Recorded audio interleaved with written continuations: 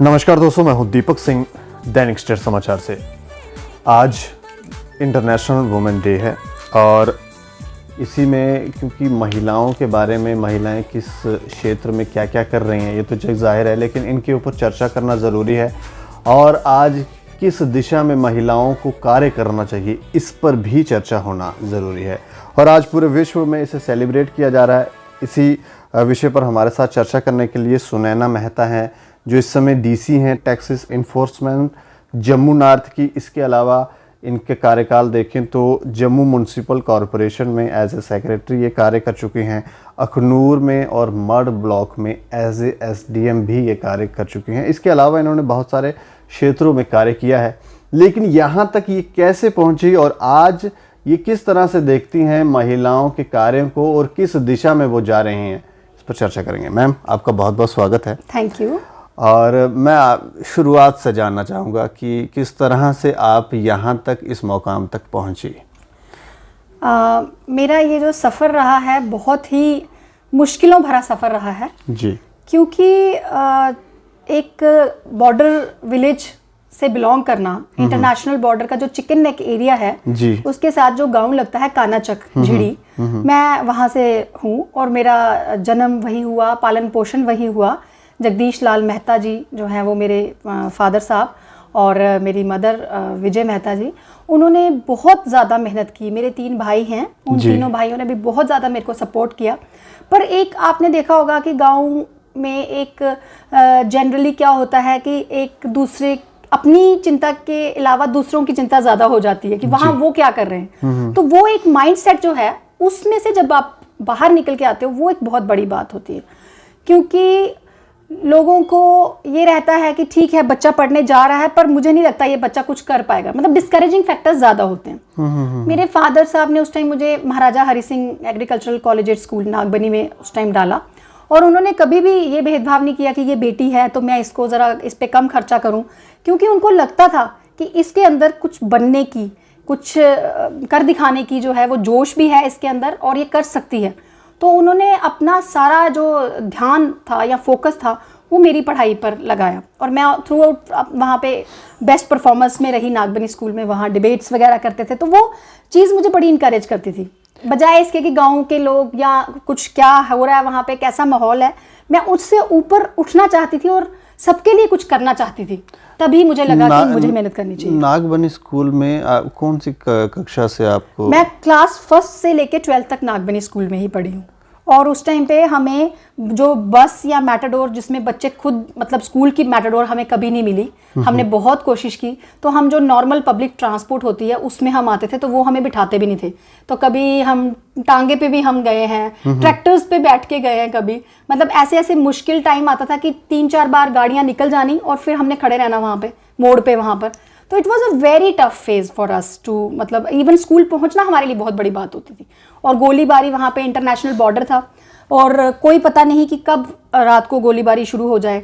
तो वो हमने दौर देखा, पढ़ते पढ़ते जब बड़े बड़े बम पड़ने तो सारे गांव के लोग इकट्ठे हो जाने कि यार लगता है यहाँ पे फिर से जो है वो कुछ होने वाला है। तो उस टाइम भी हमारा ध्यान भटक जाता था। बट ये था कि खौफ भी रहता था, पर पेरेंट्स की सपोर्ट रही तो थोड़ा सा उन्होंने हमारी हिम्मत बढ़ाते थे कि कुछ नहीं होता, चिंता मत करो। करते कराते तो फिर हम आगे निकल आए। बॉर्डर पे आपके वहाँ पर कोई स्कूल नहीं था? हमारे वहाँ पर गवर्नमेंट स्कूल्स थे, बट मेरे फादर साहब को ये था कि चलो इसको मैं, अगर इसके अंदर स्पार्क है, मैंने वहाँ पे भी पढ़ा है। वहाँ पर जो UKG लेवल के जो हमारे सामने एकेडमी थी एक, तो मैंने वहाँ पे भी पढ़ाई की है। और इनफैक्ट वहाँ मैं बच्चों को पढ़ाने भी जाती थी। अच्छा। हाँ, जब मैं 2nd या 3rd में थी तो उस स्कूल के जो प्रिंसिपल थे तो वो कहते थे कि बेटा आप बहुत इंटेलिजेंट हो तो इन बच्चों की क्लास आके लिया करो। मैंने वो क्लासेस ली हैं उनकी बच्चों की। अगर आप नागबनी स्कूल में ना पढ़ते तो आज आपका फ्यूचर कैसा? शायद थोड़ा सा फर्क रहा होता, क्योंकि जो नागबनी स्कूल में मेरा फ्रेंड सर्कल था, जो मेरी विजन वहाँ पे बनी, जो हमारे टीचर्स थे, और मैक्सिमम वहाँ आर्मी ऑफिसर्स की वाइफ्स थी जो कि बहुत ही शार्प और इंटेलिजेंट लेडीज़ थी। और उनकी, मतलब हमारे जम्मू की तो लोकल बहुत अच्छी थी, लेकिन जो था इंग्लिश की हमारी ग्रामेटिकल हमारी स्ट्रेंथ जो बनी, मेरे को वो टीचर अभी भी याद है मुझे, अनीता पवार जी। उन्होंने मुझे इतने अच्छे तरीके से ग्रामर कराई कि ज़िंदगी में कभी हमें 6th के बाद ग्रामर की किताब खोलने की भी ज़रूरत नहीं पड़ती थी, because we were so, I felt so strengthened कि मुझे सब कुछ आता है। कॉन्फिडेंस बढ़ता है उसे ना, सेल्फ कॉन्फिडेंस तभी आता है जब टीचर्स भी बच्चे के अंदर जो है वो चीज़ें इनग्रेन करें कि बच्चों को लगे कि मैं कुछ कर सकता हूँ। और मैं आपको ये बताऊँ कि मैंने नेशनल चिल्ड्रन साइंस कांग्रेस थी जो फर्स्ट, उसमें मैं थ्रू आउट डिस्ट्रिक्ट फर्स्ट आई, फिर उसके बाद स्टेट लेवल पे मैं सेकंड आई, फिर I was selected for the nationals, फिर मैंने national level children science Congress जो है फर्स्ट, उसमें मैंने JNK को रिप्रेजेंट किया है। इसके अलावा डिबेट्स डेक्लेमेशंस में तो हमारे टीचर्स हमें इनकरेज करते थे कि आप लोगों ने करना ही करना है। तो वो एक ऐसा दौर था कि उसमें उन्होंने कहा कि पीछे रुकना ही नहीं है तुम लोगों को कहीं, बस आगे चलते जाओ। बचपन में एम क्या था आपका? बचपन से ही मेरा एम था कि मैं पब्लिक एडमिनिस्ट्रेशन में ही जाऊं और सिविल सर्विसेज का करूं, क्योंकि क्या होता था मेरे फादर लीडरशिप में भी थे, तो जितने भी वो वहाँ पे BDO या DC साहिबान आते थे तो वो हमारे ही घर, मतलब फादर साहब उनको लेके आते थे लंच वगैरह करवाने के लिए। तो वो जब मैं उनकी पावर और उनका स्टाइल ऑफ वर्किंग और उनको लोगों के मसले सुलझाते देखती थी तो मेरा मन करता था कि मैं भी इस काबिल बनूं कि मैं भी किसी का मसला सुलझा सकूं। तो बस वही चाहत, वही स्पार्क मेरे को आगे हमेशा जो है वो बढ़ाती गई और मैं कभी नहीं थमी। मेरे फादर बहुत बड़ा इंस्पायरिंग फोर्स हैं। उन्होंने मुझे यही कहा कि बेटा शादी से पहले आपको अपने आप को इस काबिल बनाना है कि आपको ये ना लगे कि मैं किसी पे डिपेंडेंट हूँ। आप सबकी स्ट्रेंथ बनो, इतने काबिल बनो कि आप सबकी स्ट्रेंथ बनो, आपको किसी की स्ट्रेंथ की ज़रूरत ना हो। तो वो चीज़ हमेशा मुझे याद रही। और मैं कहूँगी एक जब भी कभी मैं डगमगाई हूँ तो मेरे को एक सॉन्ग था, आज भी मेरे रोंगटे खड़े होते हैं जब भी मैं वो गाना सुनती हूँ, अभी सोच रही हूँ तब भी हो रहा है। तो वो एक सॉन्ग था, रुक जाना नहीं तू कभी हार के, कांटों पे चल के मिलेंगे साए बहार के। तो वो गाना मेरा इतना इंस्पिरेशनल गाना था कि जब भी मैं कहीं टूटती या कहीं मुझे लगता कि नहीं हो पाएगा तो वो गाना मुझे एकदम, मैं सुनती थी तो मैं फ्रेश हो जाती थी, फिर से मेरे को शक्ति आ जाती थी अंदर से कि नहीं, you have to do it. आजकल लोग मुसीबतों को झेलना नहीं चाहते, डिफिकल्टीज फेस नहीं करना चाहते हैं। और उनको क्या कहना चाहेंगे आप? मैं तो ये कहूँगी कि जब तक आप किसी मुश्किल में नहीं पड़ोगे आप कुछ सीख ही नहीं सकते हो। अगर आप डिस्ट्रेस में हो और उसमें आप अपने आप को असेस करो कि आप किस लेवल पर आकर खड़े हो, आप कितना बियर कर सकते हो उसको, क्या उस सिचुएशन में से निकलने के लिए क्या आपके अंदर वो शक्ति है, वो ऊर्जा है। तब इंसान को ना, तब एक खोज होती है अपने अंदर की कि मेरे अंदर तो इतनी शक्ति है, मुझे तो पता ही नहीं था इस चीज का। तो वो डिस्ट्रेस फेस करना जो है वो इंसान का, मैं कहती हूँ वो पहली सीढ़ी है स्ट्रेंथ की जी। तो आज लोग कहते हैं कि औरत जो है वो स्ट्रांग नहीं है, मैं कहती हूँ औरत स्ट्रांग है, सिर्फ नजरिया बदलने की जरूरत है। नहीं, हम तो कहते हैं कि औरत से शक्तिशाली धरती पे दूसरा कोई नहीं। यस, वो गॉड की ऐसी क्रिएशन है जो एक माँ का रोल भी बखूबी निभाती है, ऑफिसेज में भी बखूबी अपना काम करती है, एज अ वाइफ बड़ा अच्छा रोल प्ले करती है, एज अ बहू, एज अ बेटी मैं कहती हूँ। और मैं ये कहती हूँ जिसके घर में लड़की नहीं है, मैं सोचती हूँ कि उनका घर कंप्लीट नहीं है। अगर मान लो इस संसार में औरत ना होती तो इस संसार का क्या होता? मैं तो ये कहती हूँ कि औरत ही इस संसार की, जिसको कहते हैं ना, वो मूल है, तो वो सूत्रधार है पूरी सृष्टि की। तो जब अगर वो नहीं होती तो यहाँ कुछ नहीं होता। आप एक इमेजिन करके देखो, एक ऐसी फोटोग्राफ जिसमें, एक ऐसी फैमिली फोटोग्राफ जिसमें औरत ही ना हो, वो इनकम्प्लीट फोटोग्राफ है जहाँ पे औरत नहीं है। जिस घर में औरत नहीं है उस घर को आप इनकम्प्लीट कहोगे, क्योंकि उस घर में वो डेवलपमेंट या वो कहते हैं जिसको कि पॉजिटिव ऊर्जा नहीं आएगी जहाँ पे औरत नहीं है। फिर भी लोग समझने में कहीं ना कहीं गलती अभी भी, हाँ अभी भी हमारा जो समाज है उसमें अभी भी ये सोच आती है कि बेटी शायद बोझ है। बट मैं ये कहूँगी कि बेटी बोझ नहीं है, बेटी सबसे बड़ी शक्ति है। तो लोगों को ये समझना बहुत ज़रूरी है कि एक स्त्री जो है वो इस सृष्टि का मूल है और उसकी शक्ति जो है उसको पहचानिए। अगर घर में कभी कोई दिक्कत आ जाती है, जो औरत रोल प्ले करती है वो आदमी कभी नहीं कर सकता, या जो एक बहन करती है रोल प्ले वो भाई नहीं कर सकता, क्योंकि भाई का एक अपना स्टाइल ऑफ थिंकिंग है, लड़की की अपनी स्टाइल ऑफ थिंकिंग है। तो आप उसको नकार ही नहीं सकते कि लड़की जो है वो कुछ नहीं करती है, लड़की बहुत कुछ करती है। राइट फ्रॉम द बिगिनिंग, जब एक बेटी का जन्म होता है, जैसे हमारा कंजक पूजन होता है जी, तो फिर कंजक क्यों पूजी जाती है? अगर आपको बेटियां नहीं चाहिए फिर कंजकें क्यों ढूंढते हैं नवरात्रों वाले दिन? कंजक माता रानी का रूप है जी। तो अगर देवी माता जो है वो कंजक में बसती है तो फिर उसके साथ इतनी लोग घृणा क्यों करते हैं, उनको तकलीफ क्यों होती है? और औरत को ना कभी भी, एक लड़की को कभी भी बोझ ना समझिए, उसको अपनी शक्ति समझ के देखिए, फिर देखिए वो क्या करके दिखाएगी। स्कूल और कॉलेज में कोई ऐसा फेस आपने कोई फेस ऐसा देखा जो आपको लगा कि ये नहीं होना चाहिए इन बच्चों के साथ, जहाँ मेरे साथ या किसी भी लड़की के साथ ऐसा नहीं होना चाहिए? स्कूल और कॉलेज के टाइम पे मैंने ये ऑब्जर्व किया था कि जनरली एक टेंडेंसी रहती है, घर में रिश्ता आया और सारे जने पीछे पड़ जाते हैं कि इसको लड़की का ना अभी कर दो, बाद में पता नहीं रिश्ता मिले या नहीं मिले। वो पढ़ते पढ़ते उसकी पढ़ाई छूट जाती है। मेरे सामने ऐसे कुछ केसेस हुए कि लड़कियों ने अब मेरी शादी फिक्स हो गई है तो मैं नहीं कर पाऊंगी आगे। वो रीज़न मुझे बड़ा खलता था। और मेरे फादर सबसे बड़ी मेरी स्ट्रेंथ, क्योंकि जब मेरे रिश्ते आते थे तो मेरे फादर कहते थे नो, जब तक ये कुछ बनेगी नहीं तब तक मैं नहीं करूँगा। तो उतनी स्ट्रेंथ एक फादर के अंदर या मदर के अंदर आ जाए फिर तो क्या कहना। लेकिन जनरली क्या होता है, लड़कियों को लेके एक अंदर एक फियर साइकोसिस है कि यार ये जिम्मेदारी है हमारी, इसको जल्दी से जल्दी जो है वो आप अपनी जिम्मेदारी से हम निपट जाते हैं, इसका जो होगा वो बाद में देखा जाएगा। जैसे लड़के के लिए एक बाहर ट्रेनिंग्स पे भेजे जाते हैं, अब तो ट्रेंड चेंज हो गया। हमारे टाइम पे तो बड़ा ही दिक्कत आती थी जब बाहर लड़की को भेजना, वो एक बहुत बड़ी चुनौती होती थी पेरेंट्स के लिए, क्योंकि रिश्तेदार भी क्रिटिसिज्म करना शुरू कर देते थे कि उसको क्यों भेज दिया, अभी इतने रिश्ते आ रहे थे, वहाँ शादी कर देनी थी, तुम सुरखरू हो जाती। जनरली जो रिलेटिव्स का होता है कि नहीं तुम रिस्पॉन्सिबिलिटी से आज़ाद हो जाते। माँ बाप होने का मतलब ये नहीं है कि आप रिस्पॉन्सिबिलिटियाँ अपनी तब भी छूट जाती हैं जब बेटी की शादी हो। जब बेटी की शादी के बाद दिक्कत आती है फिर माँ बाप की रिस्पॉन्सिबिलिटी फिर से आ जाती है, बिल्कुल, फिर भाइयों की भी आ जाती है। तो आप पहले ही उसको सशक्त क्यों नहीं करते कि उसके अंदर इतनी आत्मनिर्भर हो वो, और इतना कॉन्फिडेंस हो उसके अंदर कि वो किसी भी चुनौती को खुद फेस करे और आप लोगों की भी स्ट्रेंथ बने। तो ये एक सोच या ये एक धारणा जो है वो हमारे समाज में, हमारी फैमिलीज में उस टाइम पे बहुत कम थी।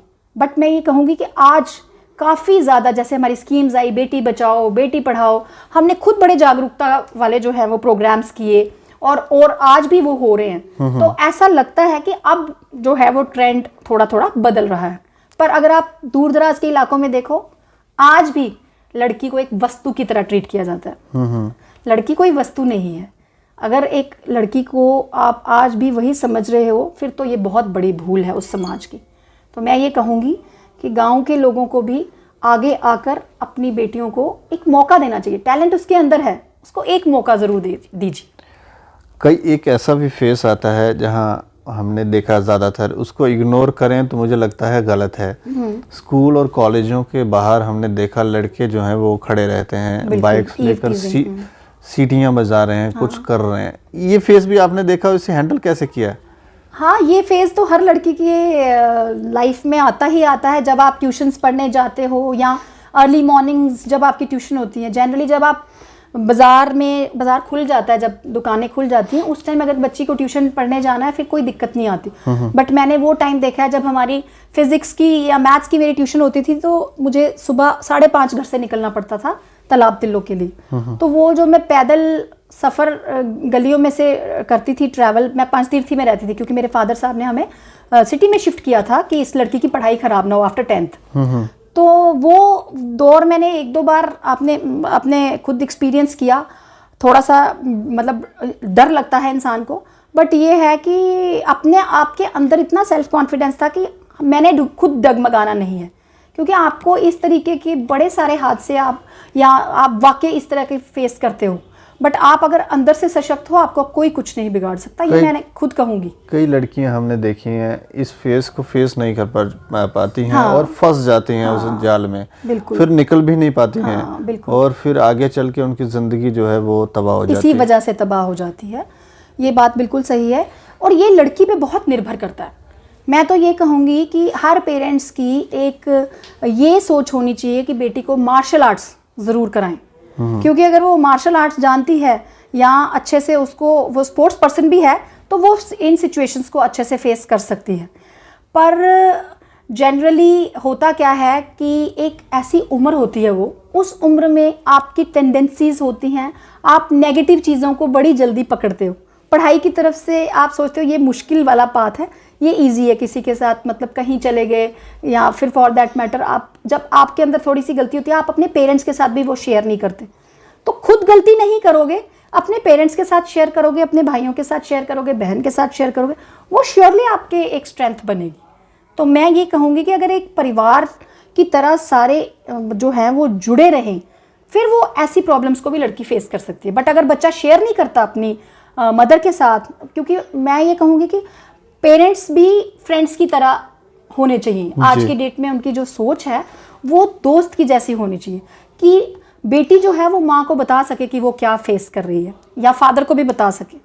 तो वो एक सोच डेवलप हो जाए तो लड़की कभी नहीं डरेगी, जब उसको पता होगा कि मेरे पेरेंट्स साथ हैं। कई बार क्या होता है, एक साइकोलॉजिकल चीज़ें हैं ये, कुछ पेरेंट्स जो होते हैं वो सोचते हैं, थोड़ा अपना नज़रिया बदलने की ज़रूरत है। उनको लगता है कि नहीं, कहीं ना कहीं शायद इसकी गलती हो। तो बच्चा जो है वो, लड़की जो है वो शेयर नहीं करती कि कहीं ये मुझ पे ही ना पड़े कि तेरा कसूर ही है, तुम्हारी सहेली है इस तरह की है, या तुम इसके साथ क्यों जा रही हो। उन बच्चे पे विश्वास रखना बहुत ज़रूरी है। और अगर पेरेंट्स लड़की पे विश्वास करेंगे तो वो लड़की जो है वो हर दिक्कत उनके साथ शेयर करेगी, और प्रॉब्लम जो है वो जब शुरू होने लगती है उसी टाइम जड़ से ख़त्म हो जाती है, क्योंकि इसको टाइम लगता है। अगर एक लड़की एक स्टेज पे जाके किसी गलत उसमें फंस जाए, उसमें वक्त लगता है। उस वक्त में अगर वो बच्ची अपने उस दौर में नहीं शेयर करती है माँ बाप से, तो फिर वो आगे बढ़ती चली जाती है। और माँ बाप का जबरदस्ती वाला रवैया तो वो अच्छा नहीं रहता। मुझे लगता है कि ये सबसे डिफिकल्ट दौर है किसी भी लड़की का। उन लड़कों के लिए आप क्या कहेंगे? ये वो किसके लड़के हैं, मुझे आज तक समझ नहीं। Yes, this is a very important thing जो आपने मेरे से पूछी अभी। मैं ये कहूँगी, जैसे मैं भी एक मदर हूँ, मेरा बेटा है, मेरी बेटी भी है, तो अब मैं इसको आपको एक एग्जाम्पल के साथ ही बताऊंगी कि अगर मैं ये एक्सपेक्ट करती हूँ मेरी बेटी के साथ कोई कुछ ना करे, तो मेरा फ़र्ज़ क्या है कि मैं अपने बेटे को समझाऊं कि तुम स्कूल में जाते हो, तुम ट्यूशन्स में जाते हो, तो अगर आपके साथ जो लड़कियां हैं उनको आप इज़्ज़त से देखोगे तो आपकी बहन को भी लोग इज़्ज़त से देखेंगे, आप इज़्ज़त से देखोगे, उन लड़कियों को भी हिम्मत मिलेगी, वो अपना काम अच्छे से करेंगे। आपके जो साथ वाले दोस्त हैं वो भी कहेंगे कि अगर तुमने उनको कहा होगा, उनकी भी सोच डेवलप होगी कि नहीं, we have to see a girl with respect. तो इसमें माँ बाप का, हर माँ बाप का, हर औरत का ये फ़र्ज़ है कि अपने बच्चों को सिखाएं कि लड़कों, जो लड़के हैं, अगर आप स्कूल में, यूनिवर्सिटी में हैं, कॉलेज में हैं, तो कम से कम जो लड़कियां हैं उनको इज़्ज़त से देखें। और अगर वो इज़्ज़त से देखेंगे तो लड़कियां भी उनसे अच्छे तरीके से बात करती हैं। जब हम भी यूनिवर्सिटी में पढ़ते थे, हमारी कोई प्रॉब्लम्स भी होती थी, हम लड़कों से शेयर भी करते थे। लड़के अच्छे थे, वो रिस्पेक्ट देते थे हमें, तो हम एज अ ग्रुप भी बैठते थे, उसमें कोई दिक्कत नहीं है। बट ये है कि उसमें लड़कों की सोच अच्छी होनी चाहिए। आपके वाली बात आ गई, अगर लड़कों की सोच अच्छी नहीं, लड़की कहीं ना कहीं बहक सकती है, उसको प्रॉब्लम में फंस सकती है। मैं ये भी कह रहा हूँ कि ये लड़के हैं किसके, वो कौन लड़के हैं? ये देखिए, ये वो हमारे समाज के ही लड़के हैं, ये कहीं बाहर से नहीं आए हैं। वही बात है कि जब जिस घर से ये आते हैं उस घर का जो माहौल है वो कैसा है जी, वो बहुत मैटर करता है। हर एक फुल प्रूफ सिस्टम नहीं है, आइडियल सोसाइटी कहीं नहीं मिलती। हर तरीके के लोग हर एरिया में रहते हैं, और माँ बाप का भी अलग अलग जो है वो एक स्टैंडर्ड ऑफ लिविंग भी कह सकते हैं, एक लेवल ऑफ थिंकिंग भी कह सकते हैं। जो कोई जॉब वाला आदमी होगा, उसको लगता है कि नहीं यार, मेरी बीवी भी बाहर जॉब करने जाती है, अगर मतलब मैं जाता हूँ, मेरी बीवी पीछे से घर में भी होती है, मेरे मोहल्ले वाला कोई किसी को तंग ना करे मेरी बच्ची के साथ। तो वो सोच जो है वो अपने बेटे के अंदर भी इनग्रेन कर दे अगर, और यही चीज़ जो है वो ट्रैवल हो हर सोसाइटी के हर घर में, चाहे वो गरीब है चाहे वो अमीर है। लड़की की इज्जत करना सिखाना, उसका गरीबी और अमीरी से कोई लेवल नहीं है सोचने का। और ये मैं आपको बताऊं, कोई पढ़ा लिखा है या नहीं है, सबको पता है कि लड़कियों की इज्जत जो है वो ज़रूरी है। तो अगर माँ बाप ये चीज़ नहीं बताएंगे, उन्हीं के बच्चे जाके गलियों में जाके या सड़कों पे जाके खड़े होकर दूसरों की लड़कियों को तंग करेंगे। और एक इंडिपेंडेंट थॉट प्रोसेस होना चाहिए। अगर आप किसी लड़की की ड्रेस पे जाओ और आप बोलो कि इसको मैं अब छेड़ूंगा, ये इसने ये ड्रेस पहनी है, वो लड़की की भी आज़ादी है, वो भी पहन सकती है। आप देखिए बड़ी बड़ी मेट्रोपॉलिटन सिटीज़ में सब जगह सब अपनी अपनी तरह ज़िंदगी जीना चाहते हैं। राइट टू लिविंग हर एक इंसान को है, राइट टू लिव जो है वो हर एक इंसान का है, वो अपनी मर्जी से कर सकते हैं, मतलब मर्यादा में। अगर एक लड़की चल रही है ना। जब तक कि आप उसकी सोच, आप अपनी सोच एक अच्छे नजरिए से अगर आप देखोगे, आपको कुछ नहीं होगा। तो यहाँ पे विकृत क्या है? विकृत है सोच। तो लड़कों की जो सोच है वो डेवलप होना बड़ी जरूरी। ट्यूशंस पढ़ने जाना और उसका मतलब ये है कि अगर जाके सीटियां बजानी है या लड़कियों को तंग करना है कॉलेज के बाहर, वो एक उसका पार्ट ही नहीं है। That is not a part of the moral, you can say the lessons जो पेरेंट्स को देने चाहिए अपने बच्चों को। आज आप जिस मुकाम पर हैं, इस मुकाम पर आने के बाद आप क्या देखते हैं? क्योंकि औरतें जो हैं, लड़कियां जो हैं, पहले तो पर्दे में थी, अब पर्दे से बाहर हैं और हर मुकाम पर वो अच्छा कर रही हैं। आप भी एक अच्छे मुकाम पर हैं, लेकिन अभी भी आपको कुछ लगता है ऐसा कि लड़कियों को ये आज़ादी मिलनी चाहिए या लड़कियों को इस डायरेक्शन में कार्य करना चाहिए? किस डायरेक्शन में? किसी डायरेक्शन आपको इस समय यस, मैं तो ये कहूँगी कि हर लड़की को, आप जिस मर्जी माहौल से आ रही हैं, आप कहीं अगर आप सपोज करो आप बड़ी हायर स्टडीज़ नहीं कर पाए, तो that is not the end of the world. कोई बात नहीं। अगर आप बड़ी लेवल की स्टडी नहीं कर रहे हो, आप डिज़ाइनिंग का कोई कोर्स करिए, आप कोई इस तरीके के कोई कंप्यूटर का कोर्स करिए जिसमें आप अपने आप को सशक्त कर सकते हैं। मतलब ये है कि आपने अपने आप को इस काबिल बनाना है कि आप अपनी जीविका कमा सकें, और उसमें वो करने के लिए आपके पास बहुत से साधन होते हैं। अगर हम घर में बैठे रहें और बोलेंगे हमें किसी ने पढ़ने नहीं दिया, हमें किसी ने जाने नहीं दिया, वो एक आप अब खुद हारे हुए इंसान हो। फिर अगर आप कोई भी छोटा मोटा कोर्स भी करें, इवन हमारा जो सोशल वेलफेयर डिपार्टमेंट है वहाँ पे भी एक ब्यूटिशियंस के कोर्सेज होते हैं, अलग अलग डिफरेंट क्लॉथ कटिंग के कोर्सेज होते हैं, डिज़ाइनिंग के कोर्सेज होते हैं, इवन जो हमारे ये केन है, बैम्बू है, इनको बनाने के, बास्केट्स बनाने के कोर्सेज होते हैं। आप कोई भी एक हुनर सीख लें, उस हुनर से भी आप अपनी जीविका कमा सकते हैं। कल को आपके बच्चे होंगे, आप उनके ऊपर पैसे खर्च कर सकते हैं। आपको कभी दूसरे के आगे हाथ नहीं फैलाना पड़ेगा, कि पति के आगे भी आपको हाथ मतलब नहीं फैलाना पड़ेगा कि मुझे ये बच्चे को ये वाला कोर्स करवाना है तो काइंडली। तो और पति की भी स्ट्रेंथ बनते हो फिर आप। जब दो अर्निंग हैंड्स होते हैं तो एक घर में बड़ी प्रॉस्पेरस तरीके से आप अपने बच्चों को अच्छा खिला सकते हैं, आप खुद अच्छा खा सकते हैं, आप सोसाइटी में अच्छे से जी सकते हैं। तो मैं ये कहूँगी कि कोई भी लड़की, अगर ज़रूरी नहीं है कि वो KS ऑफिसर ही बने या कोई टीचर ही बने, उसके पास बहुत से एवेन्यूज़ हैं। हमारे मोहल्ले में ही यहाँ पर एक लेडी है जो कि अपने ब्यूटी पार्लर भी चलाती है, जिम भी चलाती है, घर का भी काम देखती है। तो वो कोई ज़्यादा पढ़ी नहीं है, बट ये है कि वो जीविका इतनी अच्छी कमा रही है। How? Just because of hard work. जब तक आप हार्ड वर्क नहीं करोगे, आप अपना नाम नहीं बना सकते। हार्ड वर्क आप किसी भी फील्ड में करें, आप अपना नाम उसमें अच्छा बना सकते हैं। ज़रूरी नहीं है कि अफसर बन के ही नाम बनता है, आप बहुत से फील्ड्स में जा सकती हैं। और आज तो खुला गगन है, लड़कियां उड़ सकती हैं। अपने इनफैक्ट मेरे जेठ जी हैं, उनकी बेटी, उसका पायलट बनने का शौक़ था, तो मेरा अपने उसमें बहुत रोल रहा कि भैया ये पायलट ही बनेगी, उसकी इंजीनियरिंग, एरोनॉटिकल इंजीनियरिंग ही करेगी। तो वो एक स्ट्रेंथ मिलती है। वरना क्या होता है कि जनरली कोई डिस्करेज कर दे तो इंसान डर जाता है। मैंने उनके पेरेंट्स को कहा, मैंने कहा आप मेरी गारंटी पे इसको करवाइए, देखिए कैसे ये आपको कितना प्राउड फील करवाएगी। और अब वो एरोनॉटिकल इंजीनियरिंग कर रही है, तो हम वेट कर रहे हैं वो एक पायलट बनेगी।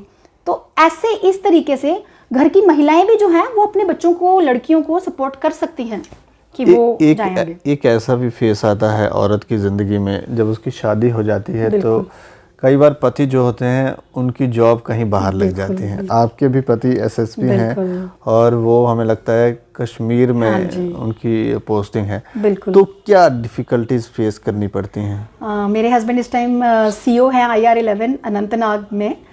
तो उनके यहाँ नहीं होने से मेरी जिम्मेदारी डबल हो जाती है, क्योंकि अगर बच्चे हैं, बच्चे ट्यूशन्स पढ़ते हैं, बच्चे अपनी पढ़ाई भी करते हैं, ऑनलाइन क्लासेस भी चल रही हैं, अब ऑफलाइन भी जा रहे हैं बच्चे, स्कूल भी एग्ज़ाम्स दे रहे हैं। तो उसमें जो मदर की रिस्पॉन्सिबिलिटी है, जब हस्बैंड बाहर होता है तो वो डबलिंग आ जाती है उसमें, कि आपने उनकी पढ़ाई, उनका वो किन किन बच्चों से मिल रहे हैं, कहाँ कहाँ बातें हो रही हैं फ़ोन पे, किस किस के साथ उनके प्रोग्राम्स बन रहे हैं, एक एक चीज़ को आपने मॉनिटर करना है अपार्ट फ्रॉम योर जॉब। और हाउस को तो देखना ही देखना है। तो मैं ये कहूँगी कि जिन भी लेडीज़ के हस्बैंड की पोस्टिंग बाहर है, वो घर को तो संभाले ही संभाले, पर सबसे ज़्यादा फोकस उनका होना चाहिए कि उनके बच्चे जो हैं इस वक्त में क्या कर रहे हैं। जनरली होता है, जब एक टेंडेंसी होती है कि फादर घर में नहीं है, चलो ठीक है, माँ को तो पता नहीं चलेगा, हम ये कर लेते हैं, ये एज है, बच्चों का कसूर नहीं है। उस दौरान यही चाहिए कि एक औरत की जिम्मेदारी है वो सबसे ज़्यादा अपने बच्चों पे फोकस करे। ये ज़रूरी नहीं है कि आप सोशली जो है लोगों के, अपने रिश्तेदारों के इधर उधर जाना, मुझे लगता है वो ज़्यादा ज़रूरी नहीं है। अपने बच्चों की पढ़ाई पे फोकस करना एक औरत के लिए बहुत ज़रूरी है, खासकर जब पति की पोस्टिंग बाहर हो। वुमेन डे को आज हम सेलिब्रेट कर रहे हैं और हमें लगता है सभी लोग सेलिब्रेट कर रहे हैं। और लेकिन इसमें सरकारों को क्या करना चाहिए, सरकारों को किस दिशा में कदम उठाने चाहिए ताकि जो औरतें हैं, वुमेन्स हैं, वो और सशक्त हो सकें? बिल्कुल। पहले तो मैं इंटरनेशनल वुमेन्स डे पे सबको मुबारक देती हूँ, और मैं ये कहूँगी मेरे लिए हर दिन जो है वो women's day, international women's day है। क्योंकि एक औरत का जो सक्सेस है वो जब दूसरी औरत की इंस्पिरेशन बने, और एक औरत के सक्सेस को बाकी औरतें जो हैं वो चीयर अप ऑन करें, खुशी मनाएं उस चीज़ की, वो असल जो है हमारा उसको हम कहेंगे कि वाकई में वुमेन एम्पावर हो गई है। आप रोज़मर्रा की ज़िंदगी में ऑफिस में हम काम कर रहे हैं, हमारे साथ अगर मैं ऑफिसर हूँ, मेरी और सबॉर्डिनेट्स हैं या मेरे कलीग्स हैं, हर जगह, इवन अगर स्कूल में टीचर है तो उनकी वो छोटी गर्ल्स हैं जो स्टूडेंट्स हैं, तो एक सपोर्टिव एलिमेंट होना, एक औरत को दूसरी औरत को सपोर्ट करके उसको आगे बढ़ाने की जो हमारी सोच है, वो उसमें अभी मेरे को लगता है, एज पर माय ओपिनियन, बहुत कमी है। एक औरत आगे जाती है पर वो कहती है चल ठीक है मैं तो जा रही हूँ, बस ये ना है। तो वो भी मैंने टेंडेंसी बहुत बार देखी है, बट वो टेंडेंसी जेलसी फैक्टर नहीं होना चाहिए। और एक औरत दूसरी औरत का हाथ पकड़ के उसको अगर आगे लेके जाती है तो इससे क्या होगा, इससे हमारी पूरा समाज, जैसे गांधी जी ने कहा था कि when you teach a man you teach one person, when you teach a women you teach a full family. तो इसका मेरा तात्पर्य जो है वो यही है कि जब एक भी औरत कामयाब होती है उसके साथ पूरे 2 परिवार कामयाब होते हैं, 4 परिवार कामयाब होते हैं। बिल्कुल बिल्कुल। तो वो होने चाहिए टेंडेंसी। और मुझे लगता है आने वाली पीढ़ियां भी उससे, आने वाली पीढ़ियों की भी वो इंस्पिरेशन बनती है। और गवर्नमेंट रिलेटेड अगर मेजर्स मैं कहूँगी, गवर्नमेंट ने बहुत अच्छे कदम जो हैं वो उठाए हैं, बेटी बचाओ बेटी पढ़ाओ, और इस चीज़ का काफ़ी ज़्यादा जो है वो असर भी हुआ है। आप देखिए कन्या भ्रूण हत्या जो होती थी, कितने केसेस कम हो चुके हैं, मतलब माइन्यूट में होंगे मुझे लगता है मेरे पास, तो मतलब अब मैं ये कहूँगी कि उसमें एक सिग्निफिकेंट फ़र्क आया है जी। उसके बाद अगर आप देखें बाकी गर्ल्स की एजुकेशन के लिए, है ना, मिड डे मील स्कीम में भी गर्ल्स को देखो बढ़ावा होता है। मिड डे मील स्कीम है स्कूल्स में, वो उसमें बच्चों को जब मिलता है तो वो पेरेंट्स भी इनकरेज होते हैं, वहाँ भी गर्ल्स को एक बढ़ावा मिल रहा है। फिर सोशल वेलफेयर डिपार्टमेंट की तरफ से, ICDS की तरफ से एक मैरिज असिस्टेंस स्कीम्स हैं। There are so many schemes जो गवर्नमेंट ने स्टार्ट की। बट एक स्कीम है जो मैं चाहूँगी कि, और मैं चाहूँगी कि वो भी मैं भी उसका हिस्सा बनूँ, वो स्टार्ट हो। जैसे एक औरत है वो इतना काम करती है, वो घर में पूरा सुबह से लेके रात तक काम करती है, फिर बीच में उसका ऑफिस का काम होता है, फिर बच्चों को भी उसने पढ़ाना है, बच्चों की कपड़े भी इस्त्री करने हैं, हर चीज़ जो है वो मैनेज करती है, पर वो एक चीज़ पे ध्यान नहीं देती, अपनी सेहत। मैं ये कहूँगी, और इनफैक्ट वो मेन के लिए भी लागू होता है। जैसे गवर्नमेंट एम्प्लॉयज़ के लिए हमारे माननीय प्रधानमंत्री जी ने बहुत सी स्कीम्स जो हैं वो अच्छी लाई हैं। मैं ये कहती हूँ कि एक चीज़ मैंडेटरी होनी चाहिए, विमेन का हेल्थ चेकअप। वो मतलब हर 6 महीने में एक बार बॉडी प्रोफाइल टेस्टिंग जो है वो मैंडेटरी होनी चाहिए गवर्नमेंट की तरफ से। होता क्या है, बीमारियां अंदर ही अंदर बनती जाती हैं और उसका पता तब चलता है जब वो बीमारी कई बार लास्ट स्टेज तक पहुंच गई होती है। और ये हमारे समाज में जो औरतें हैं, ये मेजर हम लोगों का कंसर्न रहता है कि हम सबका ध्यान रखेंगे। पति के भी टेस्ट हो जाएंगे, फादर इन लॉ के भी हो जाएंगे, फिर बच्चों के भी ध्यान रखेंगे कि चलो जिनको खाना भी अच्छा मिले, पर अपने खाने पे उसका ध्यान नहीं होता, जिससे कि उसकी सेहत अंदर से अंदर खोखली हो रही होती है और उसको खुद पता नहीं होता कि मेरे को इतनी अंदर प्रॉब्लम बन गई है। वो क्योंकि पूरा उसका एक फोकस होता है, मुझे इस परिवार का चलाना है, इस परिवार का मुझे सेहत का ध्यान रखना है। तो वो मैंडेटरी अगर गवर्नमेंट ये कर दे तो ये एक औरत की उन्नति में बहुत बड़ा कदम होगा। थैंक यू मैम हमसे चर्चा करने के लिए। Thank you so much. और काफ़ी अच्छी इन्होंने जैसे कहा कि बॉडी प्रोफाइल जो है टेस्ट वो होना चाहिए। हमें भी लगता है, हमारी भी माताएं हैं, बहनें हैं, उनको इस बात का बिल्कुल पता नहीं होता कि वो कैसा फील कर रही हैं या ठीक हैं नहीं हैं।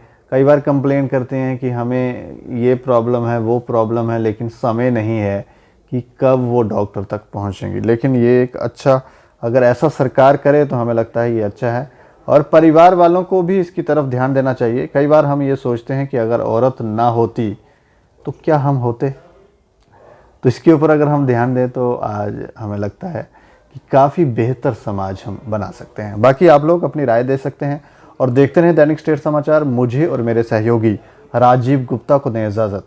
नमस्कार।